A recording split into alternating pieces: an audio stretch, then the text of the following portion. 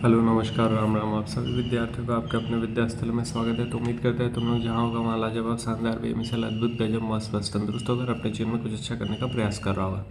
तो जो आज का वीडियो है उसमें हम लोग वही motion in a plane continue करने वाले हैं और एक तरह से प्रोजेक्टाइल मोशन शुरू होने वाला है। बहुत इंपॉर्टेंट टॉपिक है, सारा ही इंपॉर्टेंट है। वेक्टर इंपॉर्टेंट था क्योंकि वेक्टर पढ़ते तभी ये सब डील कर पाते।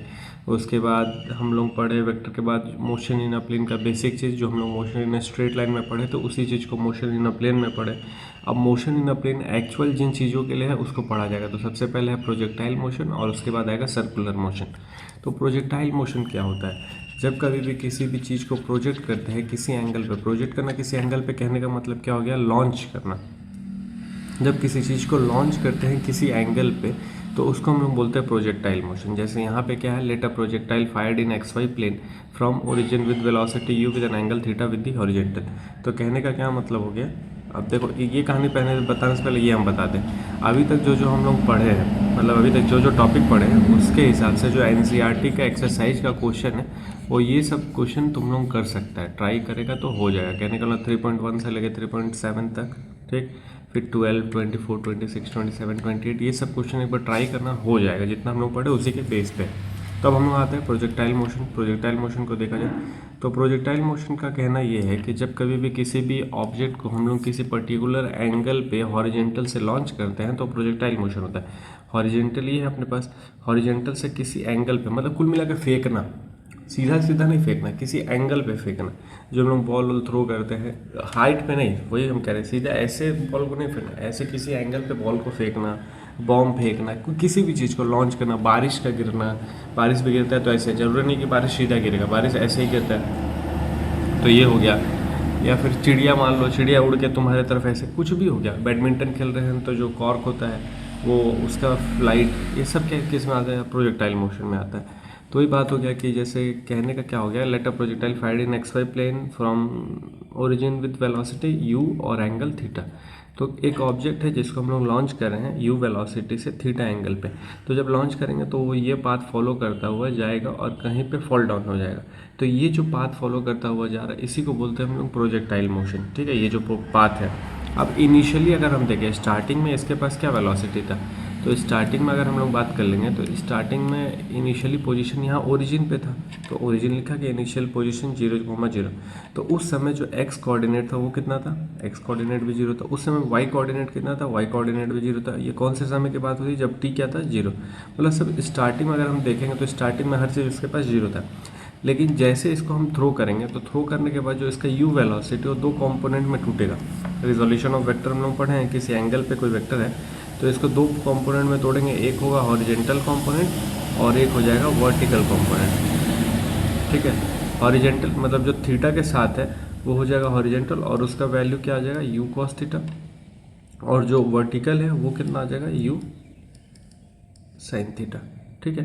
तो कहने का क्या मतलब है, जैसे ये प्रोजेक्ट, ये जो ऑब्जेक्ट है वो यहाँ आके फॉल कर रहा है तो इसके पास क्या है? एक ऐसा वेलोसिटी है जो उसको आगे भी लेके जा रहा है, एक ऐसा वेलोसिटी जो उसको ऊपर भी लेके जा रहा है। जैसे देखो, जैसे जैसे ये मूव कर रहा है, यहाँ ये पहुँचा है, अगर वो ऑब्जेक्ट अगर यहाँ पहुँचा है तो हाइट में इंक्रीज़ किया है कि नहीं? यहाँ से अगर देखें तो हाइट में इंक्रीज़ किया है, यहाँ से देखें हम लोग आगे भी बढ़ा है। तो एक ऐसा वेलोसिटी है उस ऑब्जेक्ट के पास जो उसको हाइट में भी लेके जा रहा है और आगे भी लेके जा रहा है। तो जब हाइट में भी जा रहा आगे भी जा रहा तो एक ऐसा पॉइंट आएगा जब वो अपने मैक्सिमम हाइट पे पहुंचेगा और एक ऐसा पॉइंट आएगा जब वो मैक्सिमम रेंज पे पहुंचेगा। कहने का क्या मतलब हो गया, जब हम उसको फेंकेंगे तो मोशन करता हुआ आगे भी बढ़ेगा ऊपर भी जाएगा। तो जब आगे बढ़ रहा है तो मैक्सिमम वो किसी दूर तक जाके फॉल कर जाएगा तो वो उसका रेंज हो जाता है। जो ओ से लेके ए तक है वो उसका रेंज है, कहाँ पे फॉल किया। और जब हम उसको फेंक रहे तो मैक्सिमम हाइट भी अटेंड करेगा। तो मान लो बी पॉइंट पे मैक्सिमम हाइट अटेंड करा तो ये जो बी सी लाइन हम बनाए हैं वो उसका मैक्सिमम हाइट हो गया, ठीक है। अब क्या बात किया, जो अपने पास वेलोसिटी यू है उसके पास दो कंपोनेंट है। दो कंपोनेंट कौन सा? एक है हॉरिजेंटल कंपोनेंट और दूसरा अपने पास वर्टिकल कंपोनेंट। तो हॉरिजेंटल कंपोनेंट क्या है? तो हॉरिजेंटल कंपोनेंट ये है जिसको हम क्या बोलते हैं? You cos theta. हमेशा जब कभी भी कोई भी प्रोजेक्टाइल मोशन होगा तो उसके वेलोसिटी का दो कंपोनेंट होगा, एक होगा हॉरिजेंटल जिसका हम बोलेंगे यू कॉस थीटा, एक होगा वर्टिकल जो होगा यू साइन थीटा, ठीक है। यू साइन थीटा उसको ऊपर ले जाने का काम करता है, यू कॉस थीटा उसको आगे ले जाने का काम करता है। अब क्या बात हो रहा है कि जो हॉरिजेंटल कंपोनेंट वर्टिकल कंपोनेंट इसका कुछ प्रॉपर्टी है वो देख लिया जाए। तो कह रहा है कि जो हॉरिजेंटल और वर्टिकल कंपोनेंट है वो आपस में कैसा रहता है, इंडिपेंडेंट रहता है। मतलब दोनों एक दूसरे पे निर्भर नहीं रहते, एक दूसरे को परेशान नहीं करता, दोनों अपना अपना काम करता है, ठीक है। तो दोनों वेलोसिटी कंपोनेंट आपस में इंडिपेंडेंट है, ठीक है। दूसरा बात क्या, हॉरिजेंटल कंपोनेंट जो क्या है वो क्या रहता है, कांस्टेंट रहता है, वो बदलता नहीं है। क्यों नहीं बदलता, क्योंकि एक्सटर्नली उस पर कुछ नहीं लग रहा है। तो एक्सटर्नली जब उस पर कुछ नहीं लग रहा तो जो उसका वेलोसिटी स्टार्टिंग का होगा वही आगे आगे बढ़ते बढ़ते हमेशा उसी टाइम में रहेगा, उसके उसके वेलोसिटी में कोई चेंज नहीं आएगा। मतलब जो हॉरिजेंटल कंपोनेंट का वैल्यू यहाँ पे रहेगा वही वैल्यू यहाँ रहेगा, वही वैल्यू यहाँ रहेगा, वही वैल्यू यहाँ रहेगा, वही वैल्यू यहाँ रहेगा। तो हॉरिजेंटल कंपोनेंट कभी चेंज नहीं होगा, वो कांस्टेंट रहेगा। लेकिन जो वर्टिकल कंपोनेंट है वो डिक्रीज करता है कॉन्स्टेंटली। क्यों, क्योंकि उसमें क्या एक्ट कर रहा है, जी एक्ट कर रहा है, वो भी किस डायरेक्शन में, डाउनवर्ड। तो भाई जब एक फोर्स उस पर एक्ट कर रहा है, मतलब जो वर्टिकल कंपोनेंट है, मतलब ये जो यू साइन थीटा जैसे जैसे यहाँ से जैसे निकला उसके ऊपर जी लगना शुरू हो जाएगा। तो तब तक भाई जी तो यहाँ भी लगेगा, जब वो गिर जाएगा तो भी जी लगेगा, लेकिन उसका डायरेक्शन क्या है, जी का डायरेक्शन नीचे की तरफ। तो ये जो यू साइन थीटा कंपोनेंट है अपने पास, उस पर जी हमेशा लग रहा है, तो इसीलिए जो उसका वैल्यू है हमेशा डिक्रीज करता रहेगा। तो वही कह रहा है कि वर्टिकल कंपोनेंट डिक्रीज कॉन्स्टेंटली, क्योंकि उसके ऊपर क्या लग रहा है, जी लग रहा है। लेकिन जो हॉरिजेंटल कंपोनेंट है उस पर कोई फर्क नहीं पड़ेगा, हॉरिजेंटल कंपोनेंट हमेशा कांस्टेंट रहेगा।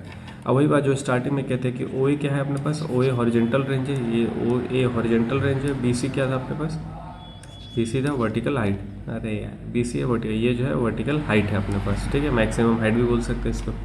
तो ये तो बेसिक जानकारी हो गया प्रोजेक्टाइल मोशन के बारे में। अब ये कौन सा पाथ फॉलो करता है, इसका रेंज कितना होगा, इसका हाइट कितना होगा, ये सब चीज़ों को अब देखना है इक्वेशन के फॉर्म में। तो अब अपना कहानी शुरू करते हैं, तब तक इसको साफ कर लें।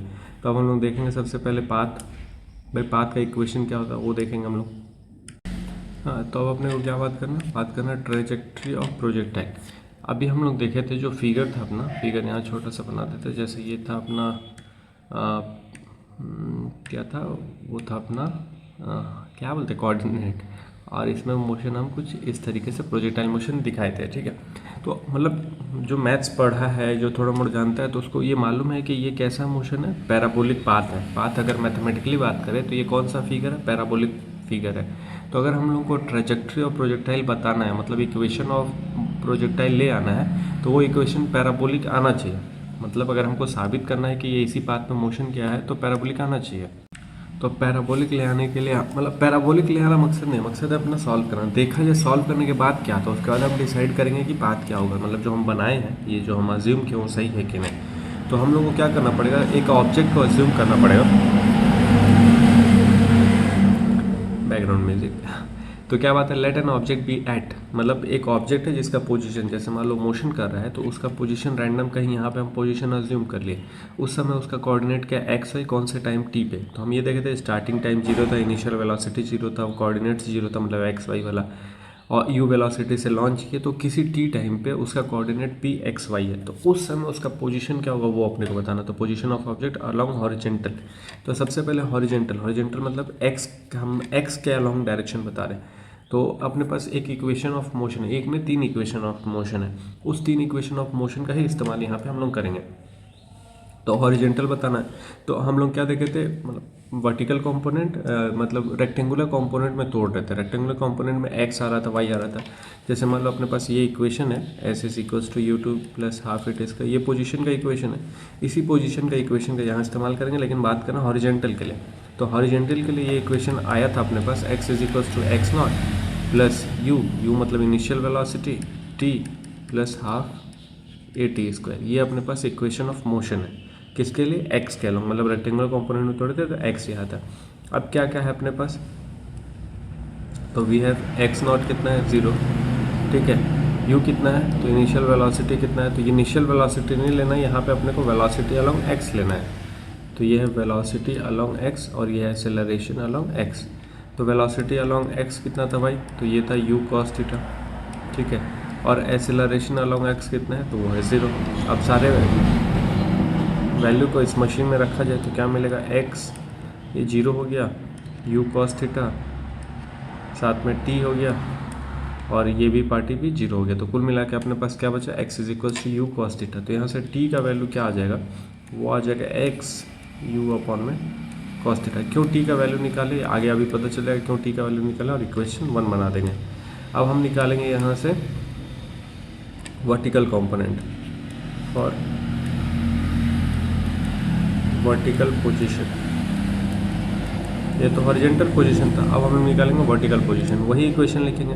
वही इक्वेशन कहने का मतलब कुछ ये हो गया अपने पास, क्या है, y is equals to Y naught plus u y t plus half a y t square. ठीक है, अब सारा y वाला डील करना अपने को। तो यहाँ अपने पास क्या है, तो फिर से वही बी हैव वाई नॉट कितना अपने पास 0, क्योंकि स्टार्टिंग में पोजीशन 0 था। टी अपने पास तो टी ही रहेगा। यू वाई क्या है, तो यू वाई हो जाएगा यू साइन थीटा हो जाएगा।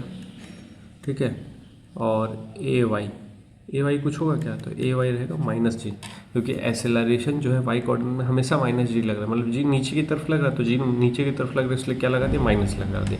लेकिन एक्स के अलावा कोई एसेलरेशन नहीं था, तो इसलिए वहाँ क्या लेते, 0 लेते। अब इस मशीन में रखा जाए, इस मशीन में तो क्या देखने को मिलेगा, वाई इज इक्वल्स टू ये 0 हो गया, फिर यू साइन थीटा हो गया, टी हो गया minus half g t square हो जाएगा। ठीक है, अब यहाँ पे क्या कर ले, ये जो इक्वेशन 1 था पहले टी का जो वैल्यू आया था अपने पास, यहाँ जो ये टी का वैल्यू आया था इक्वेशन 1, ये वाला जो टी का वैल्यू हम लोग ले आए थे, इस वैल्यू को यहाँ पे रखा जाएगा। तो लिख दिया जाए, ये ले लेते हैं, ये नहीं ये ही लेते हैं, ब्लू कलर से करते हैं, डार्क ब्लू।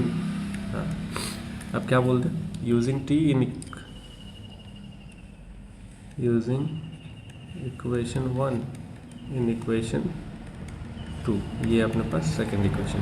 तो इक्वेशन 1 का इस्तेमाल करना है, तो ये है अपने पास y, इनका कलर चेंज कर लेते हैं, बीच बीच में गाना भी सुन लिया करो, देख रहे सारा एंटरटेनमेंट का व्यवस्था है तुम लोगों के। y you sine theta, T की जगह पे क्या लिखेंगे, x अपॉन में you cos theta, x you cos theta, फिर है minus half g t square. अब इसको सॉल्व कर ले, तो ये क्या आएगा, y is equals to u sine theta cos theta, तो यू टेन थीटा साथ में x minus half g t square. कुछ ये इक्वेशन अपने को देखने को मिल रहा है। ठीक है, या फिर हम यहाँ पे भी t का वैल्यू रख दें, यहाँ पे भी रख देते हैं भाई, यहाँ क्यों छोड़ेंगे, यहाँ पे भी रख देते हैं। तो क्या देखने को मिलेगा, t का वैल्यू यहाँ पे रखने पे t क्या था, x यू कॉस थीटा, तो टी स्क्वायर है, तो x अपॉन में यू कॉस थीटा का स्क्वायर, तो ये मिलेगा एक्स स्क्वायर अपॉन में you square cos square theta. तो ये इक्वेशन अपने को मिल गया y में, y इक्वल क्या मिल गया, y is equals to u tan theta x minus half g x square upon में 2 u square cos square theta, ये मिल गया। अब इसका सिमिलर मतलब ये जो इक्वेशन आया अपने पास, इसको अगर हम रिजेंबल करेंगे किस इक्वेशन के साथ ये मैच कर रहा है, तो इसका कहानी कुछ ऐसा हो जाएगा। कहानी इससे से लिख देते हैं, हाँ कहानी इससे लिख देंगे कि the above equation resemble with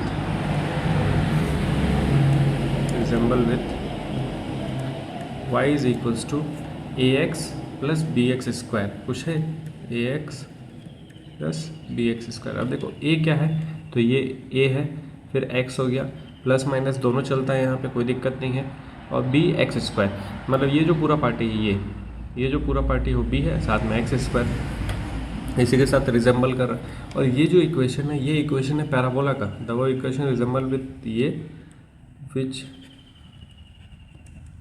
is the equation of parabola.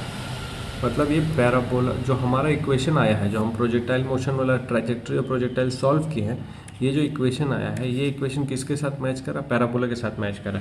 अगर पैराबोला के साथ मैच करा, मतलब जो अब कभी भी प्रोजेक्टाइल मोशन होगा उसका पाथ क्या हो जाएगा, पैराबोलिक पाथ हो जाएगा। वही बात यहाँ लिखा जाएगा, the equation resemble with y is equals to ax plus bx square which is the equation of parabola, hence the projectile motion follow parabolic path. बस यही बताना था अपने को ट्रेजेक्ट्री बताना था, ट्रेजेक्ट्री हम लोग बता दिए। तो ये है पूरा ट्रेजेक्ट्री ऑफ प्रोजेक्टाइल का डेरिवेशन। अब हम लोग करेंगे टाइम निकालना, मतलब जब कभी भी किसी भी चीज़ को लॉन्च कर रहे हैं, तो जब लॉन्च कर रहे हैं, जब वो फॉल कर रहा है, तो पूरा जो मोशन कर रहा है उसको कितना टाइम लग रहा है उस मोशन करने में, ये निकालेंगे। फिर हम लोग वही रेंज निकालेंगे, हाइट निकालेंगे, सब निकालना है। तो अब अगला टॉपिक है अपना टाइम निकालना। तो टाइम निकालने के लिए थोड़ा सा नीचे चलना पड़ेगा, वीडियो पॉज करते हैं। तो हम लोग बात करेंगे टाइम ऑफ फ्लाइट के बारे में, ठीक है। टाइम ऑफ फ्लाइट क्या कह रहा है कि it is the time for which the body in projectile trajectory remain in air. मतलब कहने का मतलब क्या हो गया कि जब किसी भी ऑब्जेक्ट को प्रोजेक्टाइल मोशन कर रहे हैं, तो जितने समय के लिए वो हवा में रह रहा है उतने समय को ही हम लोग बोलते हैं टाइम ऑफ फ्लाइट। अब देखो, टाइम ऑफ फ्लाइट निकालने के लिए हम लोगों के पास जो सीखे, इक्वेशन ऑफ मोशन ही सीखे, उसी का इस्तेमाल करके हम लोग को सबसे निकालना है। तो टाइम ऑफ फ्लाइट अगर निकालना मतलब हमको टाइम निकालना है कि टोटल वो कितने समय हवा में रहा है। तो टोटल समय हवा में निकालने के लिए हम लोग क्या कर ले, सबसे पहले हम लोग ये देख लें कि जो अपना प्रोजेक्टाइल मोशन था, जैसे मान लो ये अपने पास कोऑर्डिनेट था, ये अपना प्रोजेक्टाइल मोशन था और ये उसका मैक्सिमम हाइट था। तो इन दोनों हिस्से को देखेंगे, मतलब ये इधर वाला जो हिस्सा है और इधर वाला जो हिस्सा है, क्या दोनों आपस में सेम नहीं है? देखो एक बार, बस फ़र्क क्या है, ये यहाँ से निकला है और मैक्सिमम हाइट अटेंड किया है, और यहाँ पे क्या मैक्सिमम हाइट से वो फिर ग्राउंड पे आ गया। तो मतलब दोनों हिस्से को देखा जाए तो दोनों हिस्सा तो सेम है। तो कहना क्या चाह रहे हैं हम कि जो टाइम यहाँ से यहाँ आने में उसको लगा होगा, वही टाइम यहाँ से यहाँ आने में उसको लगा होगा। लगना चाहिए, होना चाहिए ना भाई। जब दोनों हिस्सा सेम है तो वही, जैसे बात क्या हो गया, जैसे हम किसी चीज़ को ऊपर फेंक रहे हैं, तो जितना टाइम उसको ऊपर जाने में लग रहा है उतना ही टाइम उसको ऊपर से नीचे आने में भी लगा था। ये हम लोग देखे थे मोशन इन स्ट्रेट लाइन में। वही बात यहाँ पे भी हो रहा है कि जब कभी हम लोग प्रोजेक्टाइल मोशन को देखेंगे, तो जो उसका मैक्सिमम हाइट वाला पॉइंट है, मैक्सिमम हाइट वाले पॉइंट तक पहुँचने तक जो समय लगा है, वही मैक्सिमम हाइट से ग्राउंड आने में समय लगेगा उसको, ठीक है। वही स्ट्रेट लाइन में भी हम लोग देखते थे कि किसी चीज़ को फेंक रहे तो मैक्सिमम हाइट पहुँचने में जो समय लगा, और वही समय उसका लगेगा मैक्सिमम हाइट से ज़मीन में आने में। तो वही बात यहाँ पे हो रहा है कि ये जो फिगर है, जो प्रोजेक्टाइल मोशन है, वो अपना सिमेट्रिकल है। किसका लोग जो नामकरण हम लोग जो फिगर अभी थोड़ी देर पहले बनाए थे, उसमें नामकरण था, यहाँ पे ओ था, यहाँ पे ए था, यहाँ पे बी था और यहाँ पे सी था। तो जो मोशन है अपना ओ बी सी वाला और ए बी सी वाला, वो सिमिलर है, मतलब जो फिगर है अपना वो सिमेट्रिकल फिगर है। तो कहना क्या चाह रहे हैं हम कि यहाँ पे लिख दें, मतलब ये तो सबसे पहले डेफिनेशन हो गया। तो द प्रोजेक्टाइल मोशन या the trajectory of projectile motion is symmetrical about its maximum height position, that is OC equals to CA कह लें या AC कह लें। ये इधर सिमेट्रिकल हो जाएगा। अगर सिमेट्रिकल है तो इससे हम ये कंक्लूड कर सकते हैं, यहाँ पे लिख दें इससे 10, we conclude time of ascent. Time of ascent कहने का मतलब उसको राइज करने में जो टाइम लगा है is equals to time of descent. ये समझ आया? समझ आया कि ज़्यादा, इसको हम ले लेते हैं small t. Time of ascent is equals to time of descent. कहने का मतलब क्या हो गया कि जो समय उसको यहाँ से यहाँ राइज करने में लगा है, वही समय उसको यहाँ से यहाँ फॉल करने में लगा है। तो मतलब जो टाइम ऑफ एसेंट है और जो टाइम ऑफ डिसेंट है वो बराबर हो जाएगा, जो किसके बराबर ले लें हम टी। तो अगर हम यहाँ से बोलते टोटल टाइम ऑफ फ्लाइट बोल देते हैं, टोटल टाइम ऑफ फ्लाइट मतलब टोटल वो कितने देर हवा में रहा है, टोटल टाइम ऑफ फ्लाइट वो क्या हो जाएगा, तो टाइम ऑफ एसेंट मतलब जो राइज करने में समय लगा प्लस टाइम ऑफ डिसेंट जो फॉल करने में समय लगा। ये कितना है, तो ये है टी। ये कितना है टी, इसको हम बोल देते हैं कैपिटल टी। ये क्या आ जाएगा 2t, ये है कैपिटल टी। तो यहाँ से जो स्मॉल टी है मतलब जो टाइम ऑफ एसेंट है या टाइम ऑफ डिसेंट है, वो कितना आ जाएगा कैपिटल टी बाई 2। तो ये तो एक साइड का टाइम है, एक हिस्से का टाइम है, लेकिन हमको टोटल टाइम निकालना भाई कैपिटल टी का वैल्यू क्या है। तो वो हम लोग कैसे निकालेंगे, वो हम लोग इक्वेशन ऑफ मोशन का इस्तेमाल करके निकालेंगे। अब इक्वेशन ऑफ मोशन का इस्तेमाल कहाँ करेंगे, मैक्सिमम हाइट वाले पोजीशन पे करेंगे। तो at the highest point that is maximum height, that is at maximum height. जो मैक्सिमम हाइट है अपने पास और उस समय उसका पोजीशन क्या था, बी था ना, eight maximum at the highest point, that is maximum point B, the motion या velocity will be। तो अगर हम उस पॉइंट के लिए बात करेंगे और अपने को टाइम निकालना, तो इक्वेशन ऑफ मोशन का सिंपलेस्ट वाला इस्तेमाल करेंगे। तो S is equals to U T plus half A T square है, V is equals to you plus A T है, तो हम V is equals to you plus A T इस्तेमाल कर लेंगे। तो v is equals to you plus A T. लेकिन हम ये कहाँ के लिए बात करें, हम मैक्सिमम हाइट के लिए बात करें। मैक्सिमम हाइट मतलब हम y कोऑर्डिनेट के लिए बात करें, तो ये हो जाएगा अपने पास y, ये भी y, ये भी y, मतलब हम तीनों जो वेलोसिटी लेंगे y में लेंगे। तो ये अपने पास y, ठीक है। इसको चलो हम ऐसे कर देते हैं। At the highest point that is maximum height b, the motion will be for y position and it will be given as। तो उसको लिखने का तरीका क्या हो जाएगा, तो लिखने का तरीका कुछ ऐसा हो जाएगा। क्या हो जाएगा, वेलोसिटी y का, इनिशियल वेलोसिटी y का, v is equals to u हो गया प्लस हाफ ए टी, हाफ थोड़ी प्लस ए टी होता है, v is equals to u plus A t, ठीक है। अब हम लोग यहाँ पे बात कर लें, उस समय अपने पास वेलोसिटी कितना है, तो उस समय अपने पास वेलोसिटी 0। मैक्सिमम हाइट पे वेलोसिटी कितना है, y वाला, क्योंकि उस समय रुक गया ना, जैसे ऐसे राइज का, तो उस समय रुक गया, अब नीचे आना शुरू कर, उस समय उसका वेलोसिटी कितना है, 0, ठीक है। उस समय उसका वेलोसिटी y कोऑर्डिनेट का कितना है, इनिशियल वेलोसिटी y कोऑर्डिनेट का, तो इनिशियल वेलोसिटी y कोऑर्डिनेट का कितना था, तो वो था u साइन थीटा। एक्सेलरेशन कितना है, तो वो तो हमेशा माइनस जी रहेगा। और t कितना था, तो t हम लोग क्या निकाले थे, कैपिटल T बाई 2।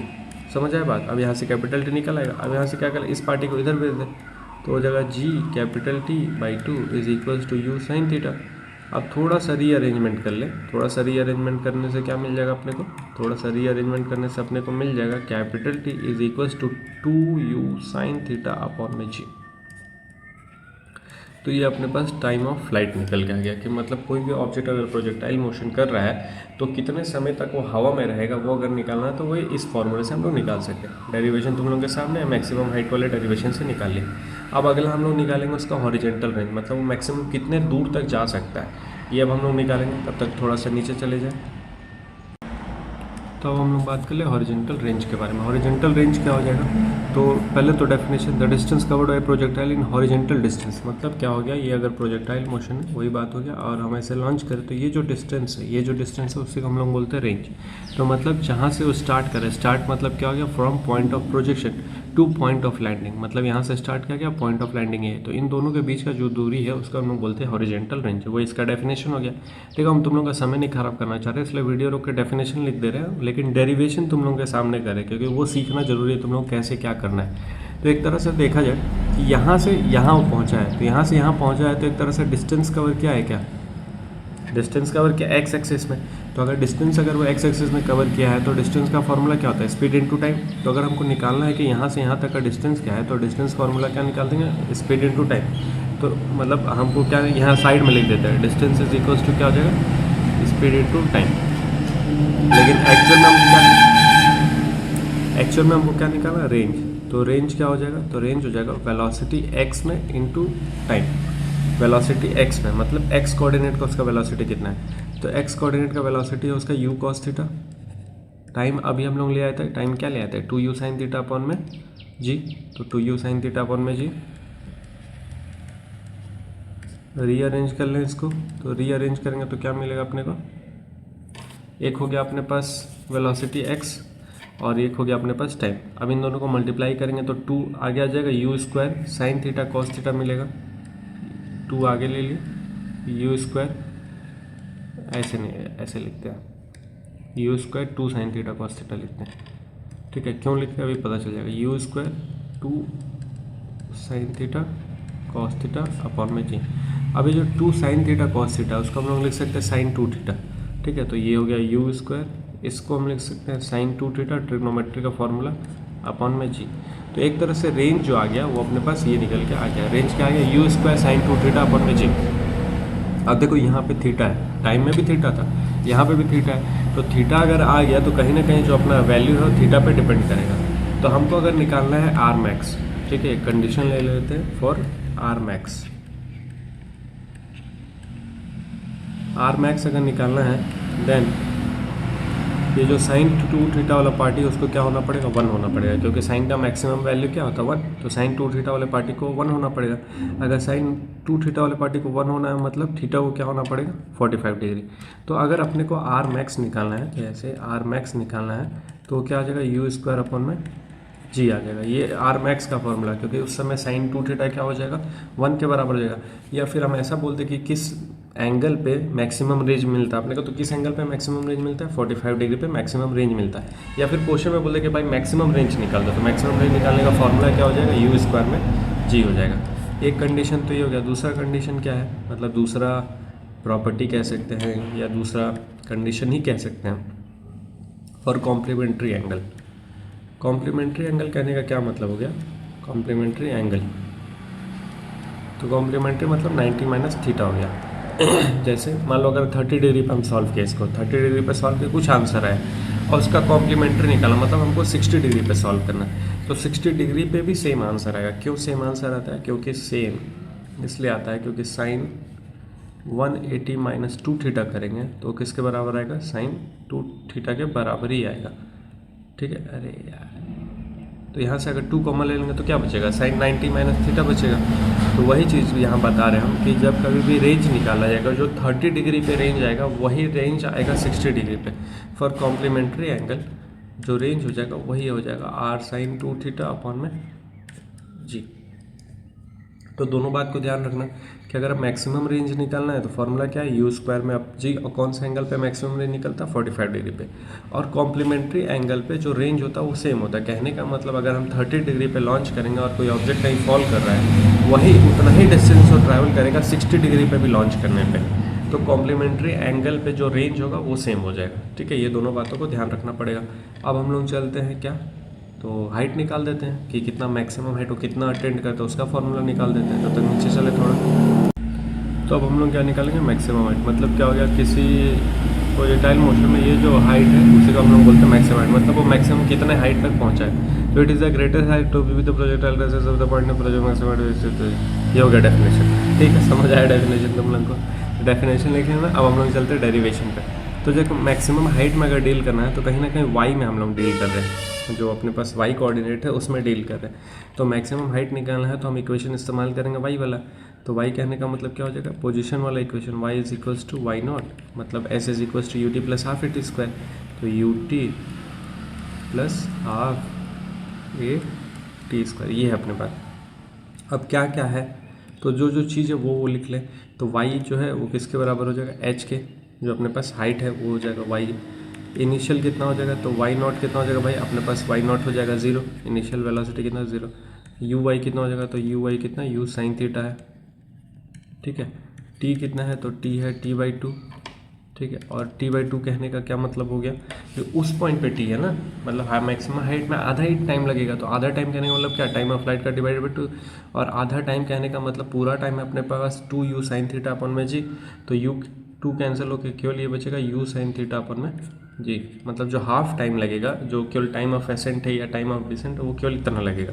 और इसी के साथ साथ जो एसेलरेशन है, यहीं पे लिख देते हैं, जो एसेलरेशन है वाई में वो कितना है माइनस ऑफ, अरे यार यही तो दिक्कत है, यहाँ लिख देते हैं, जो एसेलरेशन है वाई में वो माइनस ऑफ जी के बराबर है। तो इतना कुछ है अपने पास, इन सारी चीज़ों को इस मशीन में रखा जाए तो क्या देखने को मिलेगा, पेन का कलर चेंज मिलेगा। सबसे पहले तो वाई की जगह पे एच मिलेगा, यू नॉट की जगह पे 0 मिलेगा, वाई नॉट की जगह पे यू वाई की जगह पे यू साइन थीटा मिलेगा, स्मॉल टी की जगह पे कैपिटल टी बाई 2, या फिर सीधा सीधा लिखते यू साइन थीटा अपन में जी लिख दें, यू साइन थीटा अपन में जी लिख दें।